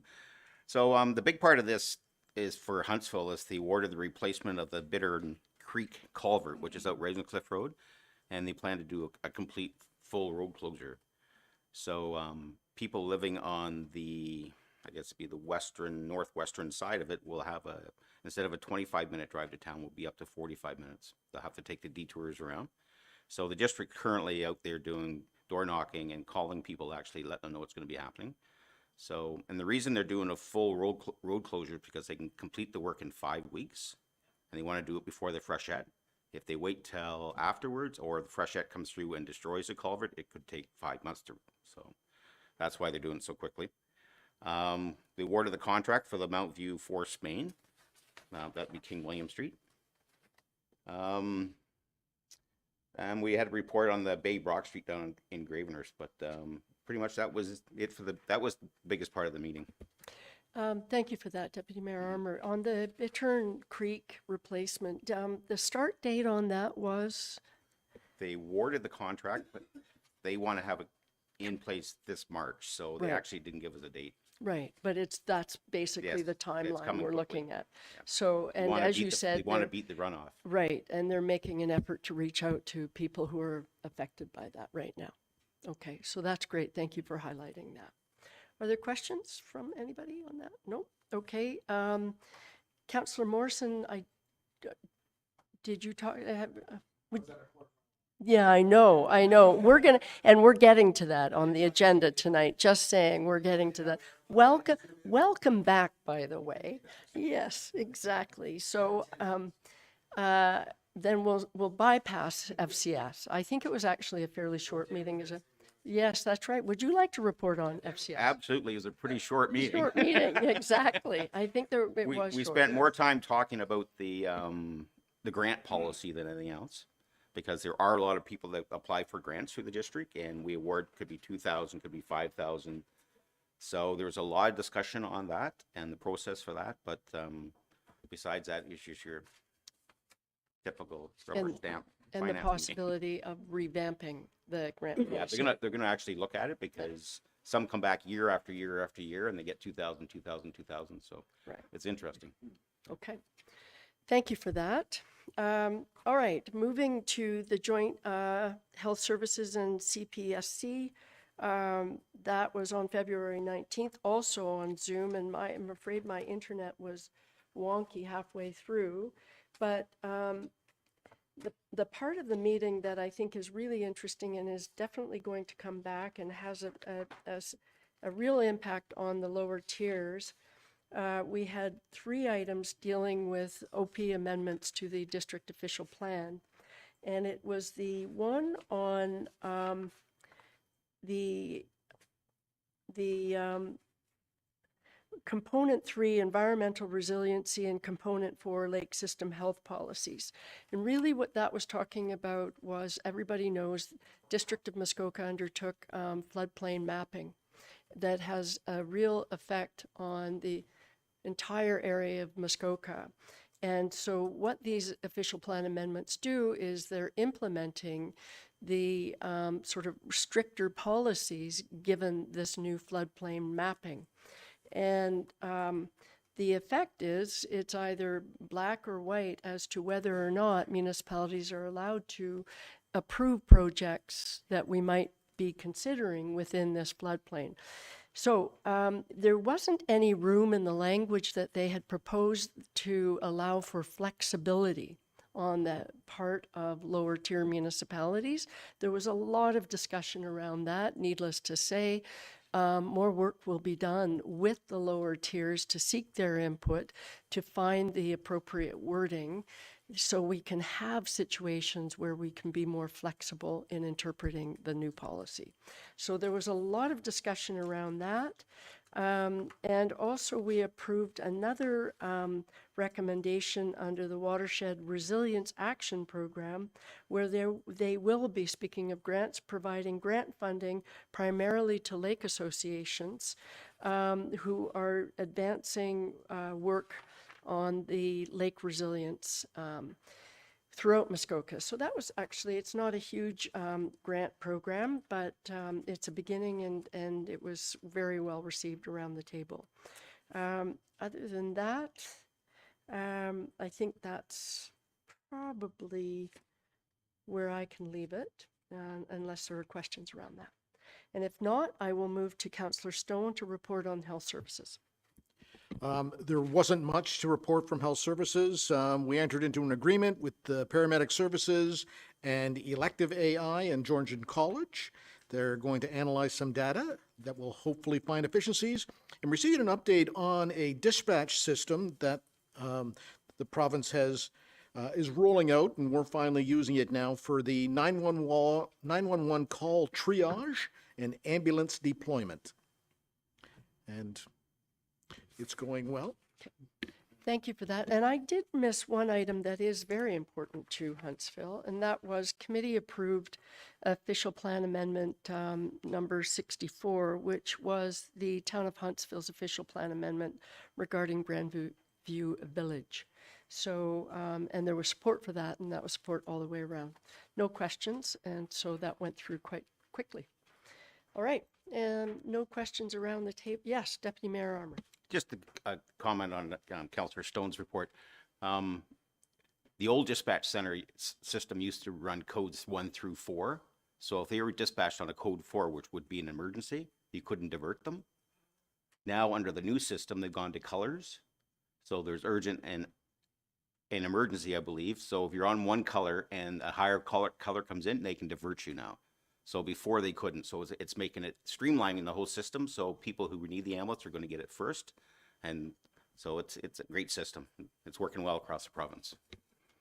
Very cool, and thank you for providing that additional information. That's great. All right. I don't see any questions, and I keep forgetting to look at Councillor Cloutier. I know you're there. I see you.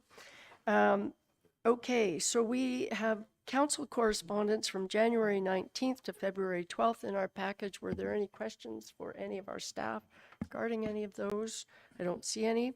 So moving to events and update, we start with a bit of a recap, and that was 2026 Ontario 55 Plus Winter Games were held in Huntsville from February 3rd to the 5th, and there were over 1,000 athletes from across Ontario, and 11 winter sports were held at 14 local venues, and there were more than 300 local volunteers, and it was a great event. And I would ask Councillor Morrison anything you wanted to add to that. It was really neat, and it was fun to be part of. I could say a lot, but I want to focus on the volunteers more than anything else. 300 plus, including Councillor Cloutier, him and his partner Brent Stapleton ran the hockey, and it was amazing with Deb Wolf doing the scheduling, and then Councillor Renwick, who took initiative and created our unbelievable gold medals with the help of other local artists. I got to put those on the necks of the volleyball players, and they just couldn't believe how beautiful they were. And I did mention, well, if you want to go on a website and have a full-size version of it for a little bit of money, you can own this. But the reaction from everybody by how well they were treated by the volunteers was unbelievable. Kurt Browning and Alyssa Cisney being here was super cool. Him and I were texting at the Olympics, which was so weird and so cool. He loves Huntsville, and maybe he'll come back. But just seeing the athletes compete and seeing how much work went into it, the most important part is the Ministry of Sport people that were here couldn't believe how well the games ran. They were blown away. They had to go to another set of games the following week with double the athletes in a bigger town, and they had about 100 volunteers. We had 300. And because of that, there was no major issues. Credit to our bylaw people as well. There was some parking issues. They dealt with it unbelievably. Nobody got towed. It was just an unbelievable experience, and I had a lot of fun. So. Thank you for that update. Brilliant. And it's so nice to hear it. It's unfortunate about the following event somewhere else, but I'm not surprised because this is what Huntsville does. And it's just nice to hear about it. Given you already have the floor, and it wasn't in my notes, and where you've just returned from, I wouldn't mind if you provided a quick update what it was like to be with our Parry Sound athlete. And this was for the Olympics, and Councillor Morrison had the, I guess, privilege to attend part of the Olympics, and what a great experience it was. But you were there for a really important day for the Muskoka Parry Sound region. Perhaps I could turn it over to you. Yeah, and I'll be quick because I could be hours describing that trip. Okay, I don't want you to You don't be want that. hours. You don't want Just minutes. that- We that need to wasn't we need to you. get done. But I never thought in a million years I would be at an event watching our anthem being sung for a person that won gold from an hour away from our town, in a town where there is no ski hill, at all. This girl is unbelievable. MP Aitchison was with us, and he has a connection to a very close friend of the family. So we had the privilege of hanging out with family, friends, boyfriend who's also a snowboarder on the Canadian team, and celebrating with them afterwards, going up to the CBC building and watching our MP connect Megan with our Prime Minister on a phone call, which was unbelievable, and watching our MP cry when the anthem was being sung. But the most amazing part about all that was the amount of people that flocked to us because we were Canadian. And more than any other country, we Canadians at this event were being swarmed, people wanting pictures with us, kids of every different accent saying, Canada, Canada, as soon as they passed us. One kid who's from the Czech Republic, who was at a Czech Republic versus Canada game with Canadian jersey, Canadian flag, Canadian toque, supporting Canada against his home country because he loves Canada. So every day something like that happened. I've never been more proud to be Canadian, but mostly proud of Megan Oldham, who brought home gold and bronze in Livigno, and the amount of people that were there that just surrounded us and watched our athlete win a gold. So I can't describe it. It was something I'll never forget. So thank you for that, and congratulations to Megan Oldham. That was stunning. But I think your last comment was my favorite part, Scott. That just the number of people who really wanted to meet Canadians. I think that's pretty cool. Makes me almost teary, but practically everything makes me teary. Last thing, there is a celebration for Megan Oldham in Parry Sound this Saturday. Is it? Okay. So look it up. There's at the Stocky Center, and then they're shutting down one of the streets and having a celebration there. If you can go, it reminds me of Dara Howell's big celebration Right. here. So if you have time, it should be a lot of fun. Yeah. Okay. Great. Thank you for that. All right. And the other event that I just wanted to mention was the Trails for Life Hospital Foundation's fundraiser. It was a big snowmobile event that the Premier attended, as well as Peter Gilgan, who provided a check for $100,000 to go towards the hospital foundations, and that was held on February 7th, and many of us were there for that. So very well attended event. A cold day. It was a very cold day, and most of the mayors from Muskoka were there, so it was quite something. Upcoming events, we have Pink Shirt Day, which is this Wednesday, just saying when we come to General Committee, for those who would like to, it's not a requirement, but it is dedicated to promoting kindness, inclusion, and respect, and encourage individuals to stand against bullying. So that's the point of Pink Shirt Day. I will be wearing something pink. We have the Children's Foundation of Muskoka Maple Leafs alumni game on February 27th at the Muskoka Lumber Community Arena in Bracebridge. And then the big one, and I don't know if I should turn this over to you, Councillor Fitzgerald, but the coldest night of the year event taking place February 28th. Councillor Fitzgerald. Thank you, Your Worship. And I think I've done this for 11 or 12 years now. But the town team has been very successful in raising funds for people in need in our community. And I'm proud to say we're well up on the list, and I think we have a municipal challenge going on. I think Director McKenzie may have a little more info than that. She probably follows it. So we're competing with other municipalities in the district and that kind of thing. And I think we're winning hands down. The walk is this Saturday, and there's still time to donate, and there's still time to join the team. And I still need to make my contribution, which I will when I get home tonight. I will. Did you want to add anything, Director? Yeah, sure. I just thought it was interesting because I asked the funder to go back and see how much we've raised as a group, and it's over 128,000 before this year. So that's quite a big amount. That's amazing. Amazing. Thank you for that, and thank you for all of the work you guys do on that. And the next event, International Women's Day, while it's March 8th, there is an event at Deerhurst on March 5th.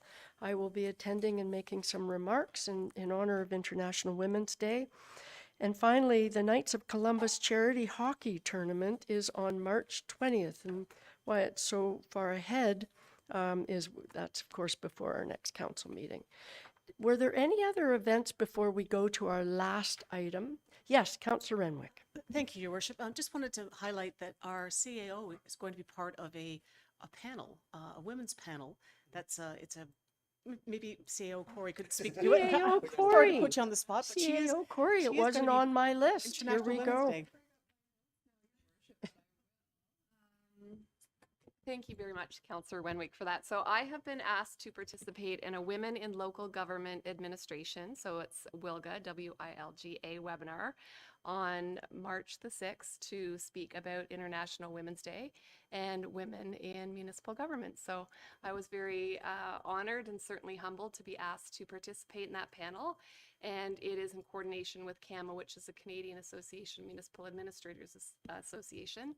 And there's women, 3 different women that are speaking on the panel, and we're covering across all of Canada. So I've been asked to speak for Ontario.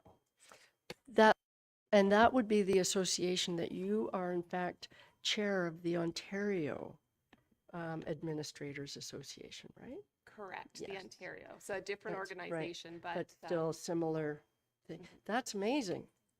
Awesome. And that wasn't in the list of the next item, or was it in the list on well, the it's next? not, Your item? Worship, because we are only focusing on 2025. So when Yes. we do an update for 2026, I'll Perfect. list it in. Thank you, and thank you for highlighting that, Councillor Renwick. Yes. If I may, just one more thing. I just want to thank council for coming out last night for the vigil that was held in Kent Park. There were a number of councillors that came, but just a shout out to Lisa McElmoy. She's the retired teacher and artist who pulled this together. And we had a really lovely candlelight vigil in memory of the massacre that happened at Tumbler Ridge in BC. And it really hit home how much the fact that it's a small community and much, much smaller than Huntsville, but we know that if something should ever happen like that in Huntsville, it would be just as devastating, obviously, because we know each other. So it was a small group, but it was impactful, and I appreciate Your Worship was there, and she said a few words as well. So It was a lovely event. it really was. Yeah, it was quiet. And I'm glad you mentioned it. It was, I know some people were a little disappointed by the numbers. To me, it was perfect. I thought it was an intimate crowd, and I think that was kind of spoke to the meaning of the event.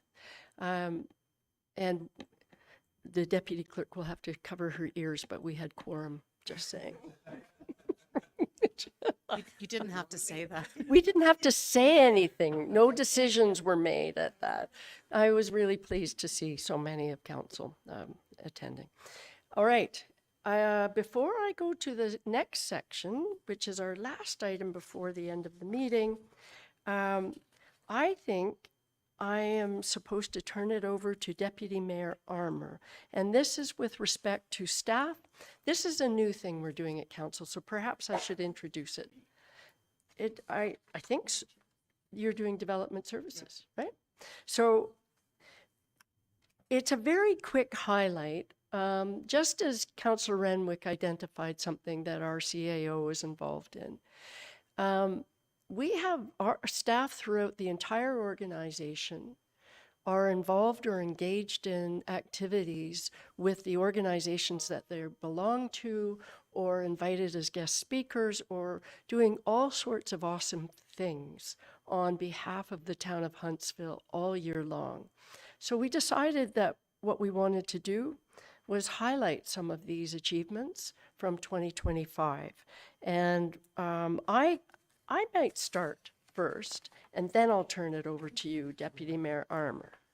Sorry, Your Worship, but I think the agenda says I'm first. You go ahead and have the floor. I know it does. It does.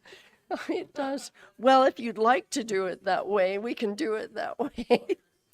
I'm going to start, and I only have to highlight one, and that's our Chief Administrative Officer. So, in 2025, starting with February 28th, Denise Corey successfully met the requirements for renewal of her certified municipal officer designation through AMCTO. And then on May 2025, Denise Corey assumed position of vice chair of the Ontario Municipal Administrators Association, which is OMA. And this is a one-year term, at which point she will transition, and this is the part that I was referring to earlier, to chair in May 2026. It's a pretty outstanding achievement, and we should be really proud that Huntsville is represented in this way. And ongoing, Denise provides mentorship services through OMA and has had the pleasure of mentoring 7 individuals to date in the municipal sector. And these would be people who are in positions of a comparable position, which is, again, pretty outstanding. And on June 24th, 2025, Mayor Alcock and CAO Corey participated in a panel through AMO called Crisis Communication in Action, the Mayor CAO Dynamic During Disasters. The Mayor and the CAO spoke about disasters over the years, including the recent cyber attack. This session had significant exposure not only within Ontario but outside of Canada, which I wasn't aware of, but there you go. And on October 20th, 2025, the Ontario Municipal Administrators Association Fall Workshop, Denise Corey and Brenda Jones, our executive assistant, participated on a panel, Strategic Support Elevating the Executive Assistant Role. The session focused on how to unlock the full potential of the EA role by aligning responsibilities with organizational goals, encouraging professional growth, and building relationship based on trust and accountability.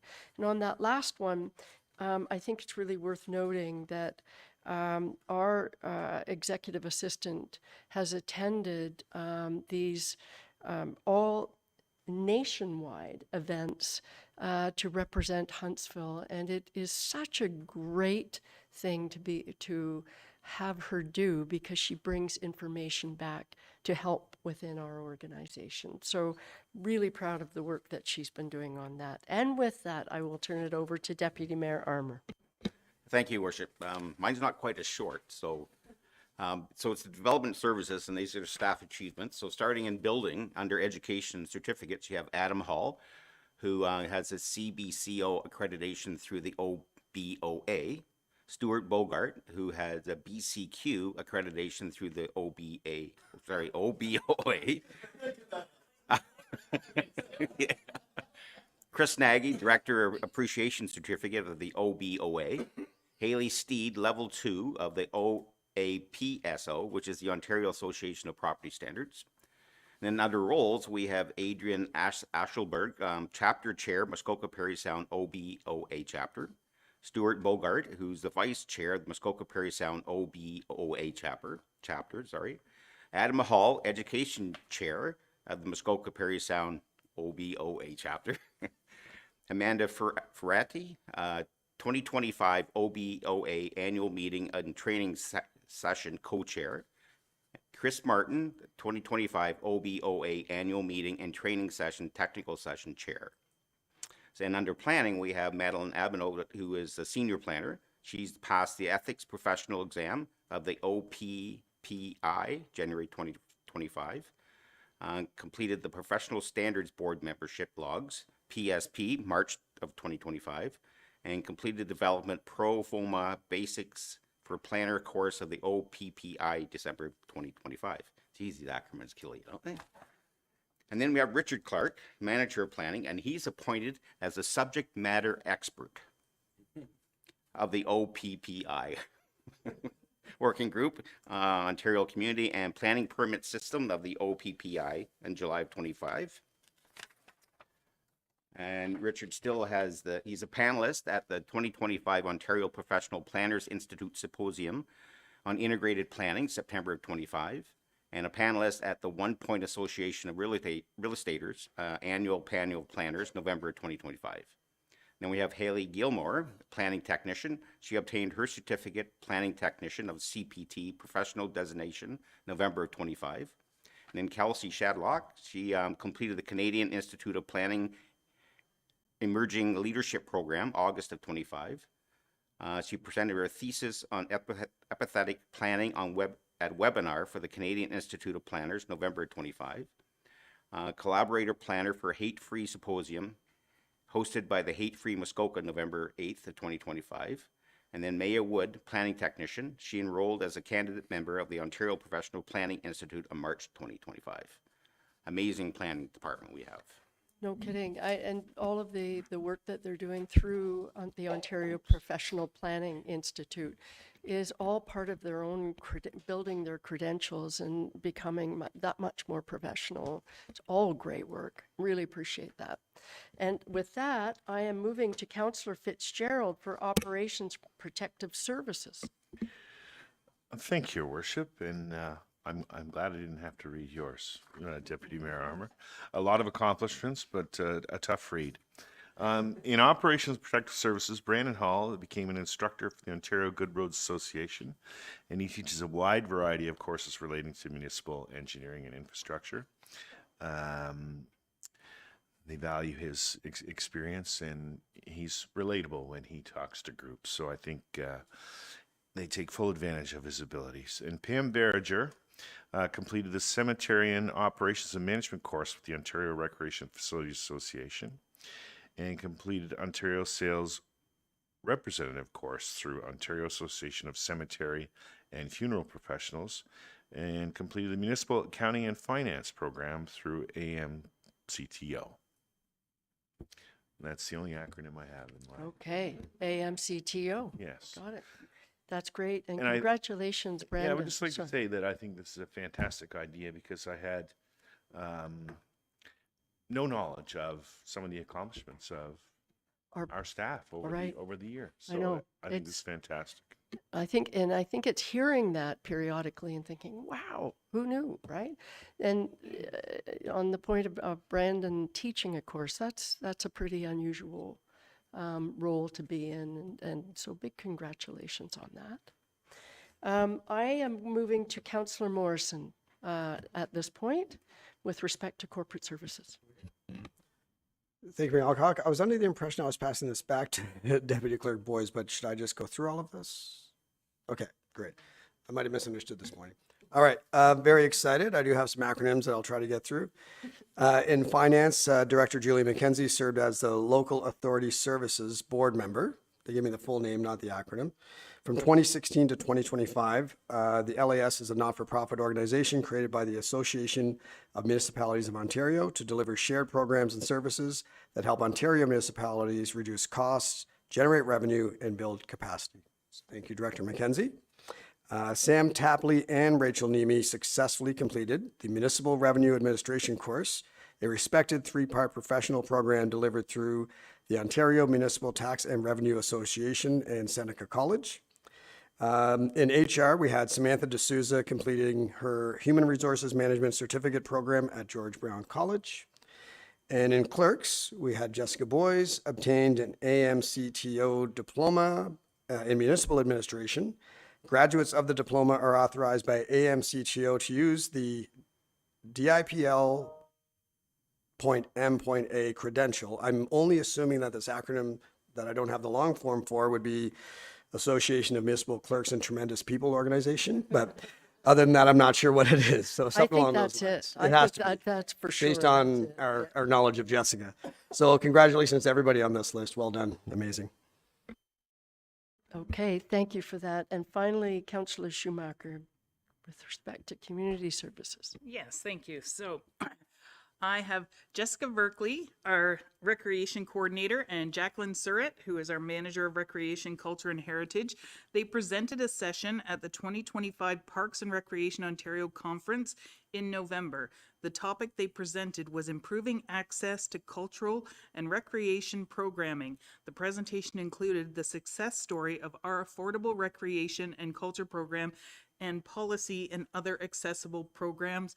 So I kind of jumped the gun, and I'd already mentioned this at our accessibility committee as the chair because I think it is such great work, and I kind of call it our award-winning program when it comes to affordability and accessibility for our community. Okay, and that's the full, all right. Yes, and so that is, congratulations to everybody for the past 2025. We're very lucky. Okay, that's done. We don't have anything in closed. We don't have business arising from closed. So I have a motion, moved by Deputy Mayor Armour, seconded by Councillor Renwick. Be it resolved that confirmation bylaw 2026-22 be received and passed this 23rd day of February 2026. All those in favor? And that carries. And finally, I have a motion moved by Councillor Stone, seconded by Councillor Cloutier. Be it resolved that we do now adjourn at 7:25 p.m. All those in favor? And that carries. Thank you, everybody.